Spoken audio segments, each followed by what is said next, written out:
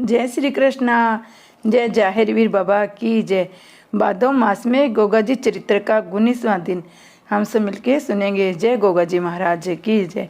गोगा जी महाराज की बारात समुद्र के किनारे आ बैठी है। अपनी बबूती उड़ाकर तमाम सामान व मानव इतने छोटे व हल्के कर दिए। कुछ गोगा जी के नीले घोड़े पर चिपक गए, बाकी ओगरनाथ के यान में चढ़ गए और अन्य बारात की सकल सामग्री लदी थी। गोरख गुरु का आदेश कहते ही उनका उड़न खटोला, उसके पीछे ओगरनाथ वाला यान, उसके पीछे जाहिरवीर का नीला घोड़ा तीर के समान आसमान में उड़कर अल्प समय में ही तंदूर नगरी जा पहुँचे। गुरु ने हाथी घोड़े बाराती जो मक्खी मच्छर बने थे सबको बाग के पेड़ों पर चिपका दिया। आप अपने चमत्कार द्वारा पृथ्वी से 4 हाथ ऊपर अज्र के विराजमान हो धुना चेता दिया। नरसिंह व भज्जू कोतवाल, रत्ना भोगी, ओगरनाथ जयवीर को उख से नीले घोड़े के साथ राजा सीजा सिंह द्वारा लगवाए गए सुंदर डेरों में ठहरवा दिया। अगले दिन राजा सीजा सिंह के प्रमुख राज्य कर्मचारी जनमानस्य को प्रबंध करने आन पहुंचे, क्योंकि अमेर वालों की बारात आने का समय हो चुका था। जब उन्होंने जनमानस्य के निकट साधु संतों का आसन जमाए हुए देखा तो बोले, संत जी महाराज, आप लोग स्थान को तुरंत खाली करने की कृपा करें, यह राजा सीजा सिंह के राजकुमारी की बारात आकर ठहरेगी। इतना सुनकर ओगरनाथ बोले, भक्तों, हम कोई ऐसा एरा गेरा नत्थु खेरा नहीं है, हम लोग भी बागड़ देश के जाहिरवीर के ब्याहे के बराती है। अगर आप लोगों को मेरी बात का विश्वास नहीं है तो राजकुमार जाहिरवीर से पूछ लो, जो आपके राजा सीजा सिंह की राजकुमारी सीरियल को ब्याने आई हैं। ओगरनाथ की बात सुन उन्होंने राजा को खबर भिजवाई। राजा सीजा सिंह के महल में संदेशवाहक ने पहुंचकर राजा सीजा सिंह से कहा कि बागड़ देश का राजकुमार एक ब्राह्मण था 2-4 अपने मित्रों को लेकर कुछ सेवक और साधु महात्माओं के संग जनमाने से डेरों पर धरना दिए हुए हैं। एक नीले रंग का शानदार घोड़ा भी खूंटे पर बंधा हिनहिना रहा है। पास ही एक संत धरती से कुछ ऊंचा बैठा अपने सामने लक्कड़ सुलगाए आंखें बंद किए भजन कर रहा है। अब आप जैसे आज्ञा दे वैसा किया जाए। जिसमें सेवक ने राजा सीजा सिंह को जाकर सब समाचार सुनाया, उसमें वे अपने मंत्रियों व कुटुंबियों के साथ बैठे बारात के स्वागत की योजना पर विचार कर रहे थे। सेवक की अटपटी वार्ता सुनकर आश्चर्य के साथ सब चौंक पड़े, एक दूसरे का मुंह ताकने लगे। राजा सीजा सिंह की बनाई योजना पर पानी फिर गया। विघन बांधाओं से लोहा लेने वाले गुरु दलंदनाथ उस समय राजा गोपीचंद के घोड़ों की लिद में दबे अपने पूरे जन्म के पापों की सजा गड्ढे के भीतर गोड़ बंगले में हिल्लापटन नगर में 10 वर्षों से भोग रहे थे, जिनके छुड़ने की जल्दी संभावना नहीं थी। परंतु उनके शिष्य कानिफानाथ मौजूद थे। वह बोले, राजन, आप चिंता न करो, अगर गुरु नहीं है तो चेला तो है। मैं अभी जाकर उस बारात को देखता हूँ। अगर गोरख गुरु अपने चेलों के संग आए हैं तो मैं अपने परामर्श पर आपको बताऊंगा। इतनी बात राजा सीजा सिंह के कह कानिफानाथ ने पड़ाव पर गोरख गुरु के सामने पहुंचा आदेश शब्द कहा। कानिफानाथ को अपने सामने खड़ा देख गुरु गोरख ने भी आदेश शब्द का उच्चारण किया, सम्मान पूर्वक आसन पर बिठाया। परंतु अपने घमंडी स्वभाव के कारण कानिफानाथ प्रधान आसन पर विराजमान हो गए। गोरखनाथ जी बोले, मेरे गुरु के धुने के स्थान पर आप कैसे विराजमान हैं? गुरु गोरखनाथ बोले, भाई कानिफानाथ, तुमने तो संतों के सभी गुणों को तिलांजलि दे दी है।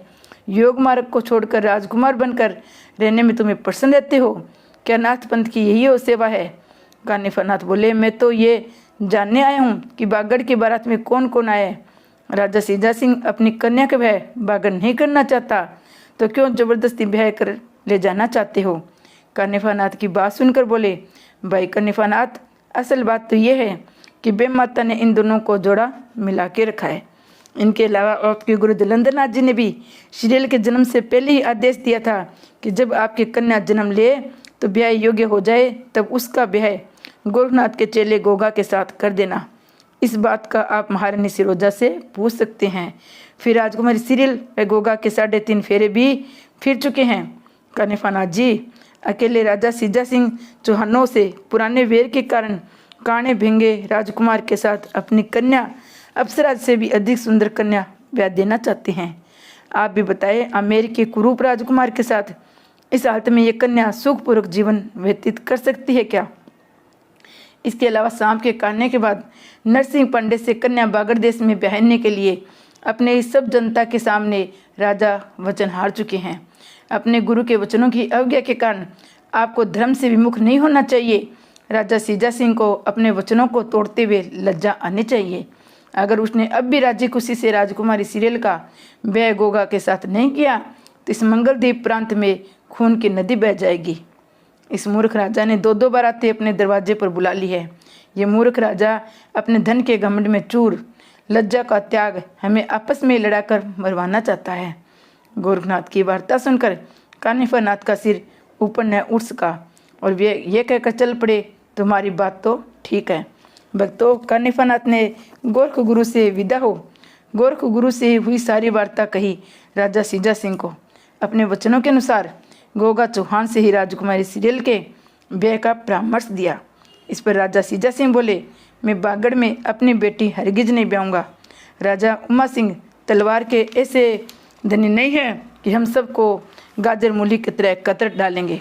मैं तो उस वेदराज के षड्यंत्र में फंस गया था जिसने राजकुमारी सीरियल को जीवन दान देकर मुझे वचनों से बांध दिया। वही उन्हीं का आदमी था। उसी के षड्यंत्र में फंस मैंने लगन भी उसी के द्वारा बागड़ भेज दी। मैं उनकी चाल को भली भांति समझ गया हूँ। वहाँ मेरी बेटी सुखी न रह सकेगी। मैं अभी अपने सेना नायकों को भेजकर इन सबको मरवा दूंगा। 10-20 आदमियों को वह कुछ ही देर में सर्वलोक भेजकर वापिस आ जाएगा। अपने पति के से विचार सुनकर रानी सिरोजा बोली, स्वामी, लोकलाज बहुत बड़ी चीज़ है। जब तुम्हारे वेदराज के वचनों में बंद कर सब जनता के सामने राजकुमारी को बागड़ के राजकुमार से ब्याहने की प्रतिज्ञा की थी, उसमें ही लगन पत्रिका न भिजवाते। वे बिना बुलाए तो आपके यहाँ बारात लेकर आए नहीं हैं, जो आपने गाजर मूली के समान काट डालने को उद्यत हो। आप तो उन वेदराज के सभी एहसान गुण भुला बैठे जिन्होंने मेरी चंदा सी सीरियल बेटी को प्राण दान दिया है। अब आप उस देवदूत को उनसे मिला हुआ बताते हो। आपने मेरी राज दुलारी बेटी का एक तमाशा बना के रखा है। वह रो रो कर अंधी हो रही है। आप उसके जी को उनसे पूछ कर तो देखो। राजा सीजा सिंह रानी सिरोजा का भाषण सुनकर तिल मिला उठे। रानी सीजा को घुरकर बोले, महारानी, तुम्हें लज्जा नहीं आती? तुम अपनी प्यारी बेटी का ब्याह बागड़ में बाजरे के रूंट खटाओ ब्याहने किस तरह रजामंद हो? इस पर उनका भतीजा बोले, चाचा जी, आप इतनी जल्दी अपनी प्रतिज्ञा भूल बैठे जो आपने हम सब के सामने वेदराज जी से की थी। अभी बागड़ वाले बहुत थोड़ी आए हैं। मेरे ख्याल से इसका कारण जलियान का न मिलना है। बाकी बारात शीघ्र आने वाली है, इसलिए लड़के के पिता और चाचा नहीं आए हैं। वह बारात को लेकर सिंगरी आते होंगे। आपके लगन पत्रिका में गलत तारीख लिखवाने के कारण भ्रम होगा कि अभी तो ब्याह के कई दिन हैं। मुझे तो यहाँ घमासान युद्ध होता दिखाई देता है। आपने 2 बारातें बुलाकर कटामरी का साधन जुटाया है। मुझे तो कोई भी दिखाई नहीं देता जो जलंधर नाथ की गैर मौजूदगी में इस कटामरी के विनाश में हम लोगों को बचाएगा। चाचा जी, आपने कैसे सोच लिया? कंवरवंशी और आमेर वाले कछवाए मिलकर इन लड़ाकर चौहानों से रण में जीत जाएंगे। अब आपकी बुलाई गई दोनों बारातें आ गई हैं। चाची जी पर नाराज होना व्यर्थ है। आप आमेर वालों को बुलाकर छोटे मोटे कार्यक्रम चालू करो। बारोठी व दुर्गा पूजन आदि कराकर महिलाओं द्वारा मंगल गान कराओ। तुम्हें बागड़ की मस्तानी टोली और का पता पड़ जाएगा वे कितने पानीदार है। अपने भतीजे की बात सुनकर राजा सीजा सिंह ने सभी अपने इष्ट मित्रों के चेहरों पर नजर डाली तो देखा सभी सस्पेंस में हैं। देवयोग से उसी समय नरसिंह पांडे भी वेदराज के रूप में आ पहुँचे। राजा सीजा सिंह से बोले, मैंने आपकी राजकुमारी को प्राण दान दिया है। सब जनता के सामने आपने मुझे 2 वरदान मांगने का वचन दिया था, जिसे मैंने आपसे राजकुमारी सीरियल की शादी बागड़ देश के राजकुमार गोगा के साथ और दूसरे वरदान में लगन पत्रिका बागड़ देश में मेरे हाथ भेजना स्वीकार किया था। इस पर राजा सीजा सिंह बोले, मैं उसे मुकर कब रहा हूँ? आपने ये भी तो कहा था चाहे आप दोनों बरातें एक साथ बुलाकर दोनों की शक्ति का अंदाजा कर ले। इस पर नरसिंह बोले, ठीक है राजा साहब, मैंने ये भी आपसे कह दिया होगा कि लगन पत्रिका में आप गलत तिथि लिखवा देना। इन रणबांकुरों को आप दोनों को भी मिलकर मुकाबला नहीं कर पाओगे। गोगा जी जब चाहे तब तुम्हारी राजकुमारी को सर्प से कटवा कर मार सकते हैं। इतनी बात सुनकर उनका भतीजा बोला, चाचा जी, मेरी राय में इस संघर्ष को टालने का एक ही उपाय है। आप राजकुमारी सीरियल की शादी गोगा के साथ कर दे। मेरी बहन चंद्रावली का ब्याह नरसिंह से कर दे। अपने भतीजे की वाणी सुनकर राजा सीजा लाल पीले हो गए। ये नामर्द चौहान कब से वीर बन गए जो तू उनकी तारीफों के पुल बांध रहा है। चल उठ मेरे सामने से, कल का छोकरा मुझे पाठ पढ़ाता है। हरिनारायण ने अपने चाचा के सामने से उठ जाना ही ठीक समझा। ये सोचकर कि होनी बस इनकी बुद्धि बिगड़ गई है, ये कहकर वे उठ गया।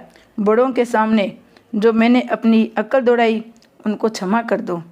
भक्तों, इतना कहकर वह उठकर अपने मन में कहते हुए चल दिया, होनी अपना रंग दिखाएगी, बिना न मानेगी नेगी। इतने में भतीजा हरिनारायण सिंह के चले जाने के बाद राजा सीजा सिंह ने राजकुमारी सीरियल की कलाई में अति उत्तम कंगना बंधवाया। अपने कुल की महिलाओं को अपने कुल के रीति अनुसार दुर्गा पूजन आदि का नेक कराने का जनमानस में जानकारी दी। महिलाओं को तो बारात और दूल्हा देखने का चाव उठ रहा था। राजकुमारी सीरियल के नाते अपने जीजा से हंसी मजाक करने का उनका मन ललचा रहा था। राजकुमारी सीरियल की अति सुंदर सखियाँ गाती बजाती, ढोलक मंजीरे का धुन सुनाती, चमचम करती, पैरों में पायल बजाती आमेर के राजकुमार की जहाँ बारात ठहरी थी उज्जैन मास में हंसती मुस्कुराती फूलों मुखों से फूलों की बखेर बखेरती हुई खुशी खुशी जा पहुँची। उन्होंने क्या देखा? राजकुमार तारा सिंह हाथ में अति उत्तम कंगना बांधे बैठा है, जिसका मुंह सुअर के समान मिलता जुलता है। इस लंगूर को इसकी माँ बहनों ने लेपा पोती कर खूब ही पट पीजने के समान चमका दिया है। क्या इसी लंगूर को अप्सरा से भी सुंदर हमारी सखी सीरियल ब्याही जाएगी? इधर तो सखियाँ तारा सिंह को देखकर दुखी हो रही थी, उधर तारा सिंह सोच रहा था, जिस राजकुमारी की सखियाँ फुलवारी सी खिल रही है वह राजकुमारी न जाने कितनी सुंदर अप्सरा होगी। मंगलदीप के हैं सुंदरता की खान। नाई ने तो महिलाओं की दशा देखी तो राजकुमार तारा सिंह के सामने खड़ा होकर उसके चेहरे पर आड़ कर दी। सीरियल की सहेलियां के भी नाम का उल्टा सीधा पूजन कर जनमानस से रवाना हो गई। राजा सीजा सिंह के महल में पहुंचकर पूजन के बर्तन चौक में पटक कर राजकुमारी सीरियल के कक्ष में जा पहुंची और सीरियल से बोली, राजकुमारी जी, आपके दुल्ला की बंदर जैसी शक्ल देख आई। क्या तुम्हारे माता पिता को कोई ढंग का लड़का नहीं मिला? अपनी सखियों की बात सुनकर सीरियल बोली, ए सखियों, ये बंदर की शक्ल वाला दूल्हा तुम्हें ही मुबारक हो, जिसका तुम पूजन करके आई हो। इस बंदर को तो मेरे पिता ने तो नाच दिखाने के लिए बुलाया है। मेरा दूल्हा तो तुम लोग बाग में देख हो चुकी हो, अगर दोबारा देखना ही चाहती हो तो भी बुलाकर दर्शन करा सकती हूँ। भक्तों, सीरियल ने अपने पति गोगा का सुमरन कर गुरु गोरख की ज्योत प्रज्वलित की, तुरंत ही दर्शन देने की प्रार्थना की। सब सखियों ने देखा, वही बाग वाला सुंदर राजकुमार गोगा अपने नीले घोड़े पर सवार हो महल की छत के ऊपर उड़कर आ पहुंचा। राजकुमारी सीरियल और उनकी सखियों ने जी भर के गोगा चौहान के दर्शन किए। जब सीरियल की सखियों ने ताली पीटकर उनका स्वागत किया तब वह महल की छत पर ठिठक गया। अपने प्राणनाथ को रुका देखकर सीरियल बोली, आमेर वालों की बारात लेकर बड़े ठाट बाट से आए हैं, आपके घर वाले कहाँ रह गए? जहांगीर मुस्कुराकर बोले, ये आप लोगों के सोचने का विषय, मेरा नहीं। तुम्हें अपना ब्याह मेरे साथ करवाना है तो गुरु गोरखनाथ का सुमरन करो। इतना कहकर अपना नीला घोड़ा उड़ा दिया। गोगा जी के दर्शन से सब सखियों ने अपने नैन तृप्त किए, अपनी सखी सीरियल के भाग्य की सराहना की। नीला घोड़ा जहांगीर को लेकर अपने डेरे पर जा पहुंचा।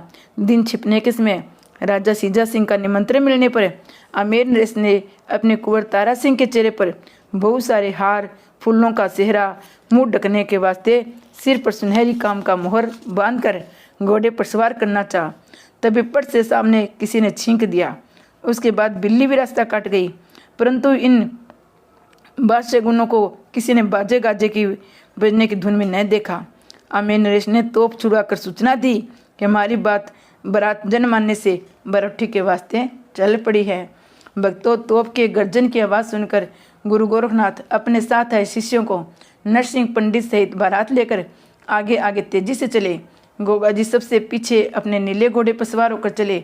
संत लोग गड़े, घंटे, घड़ियाल खूब धूमधाम से बजा रहे थे।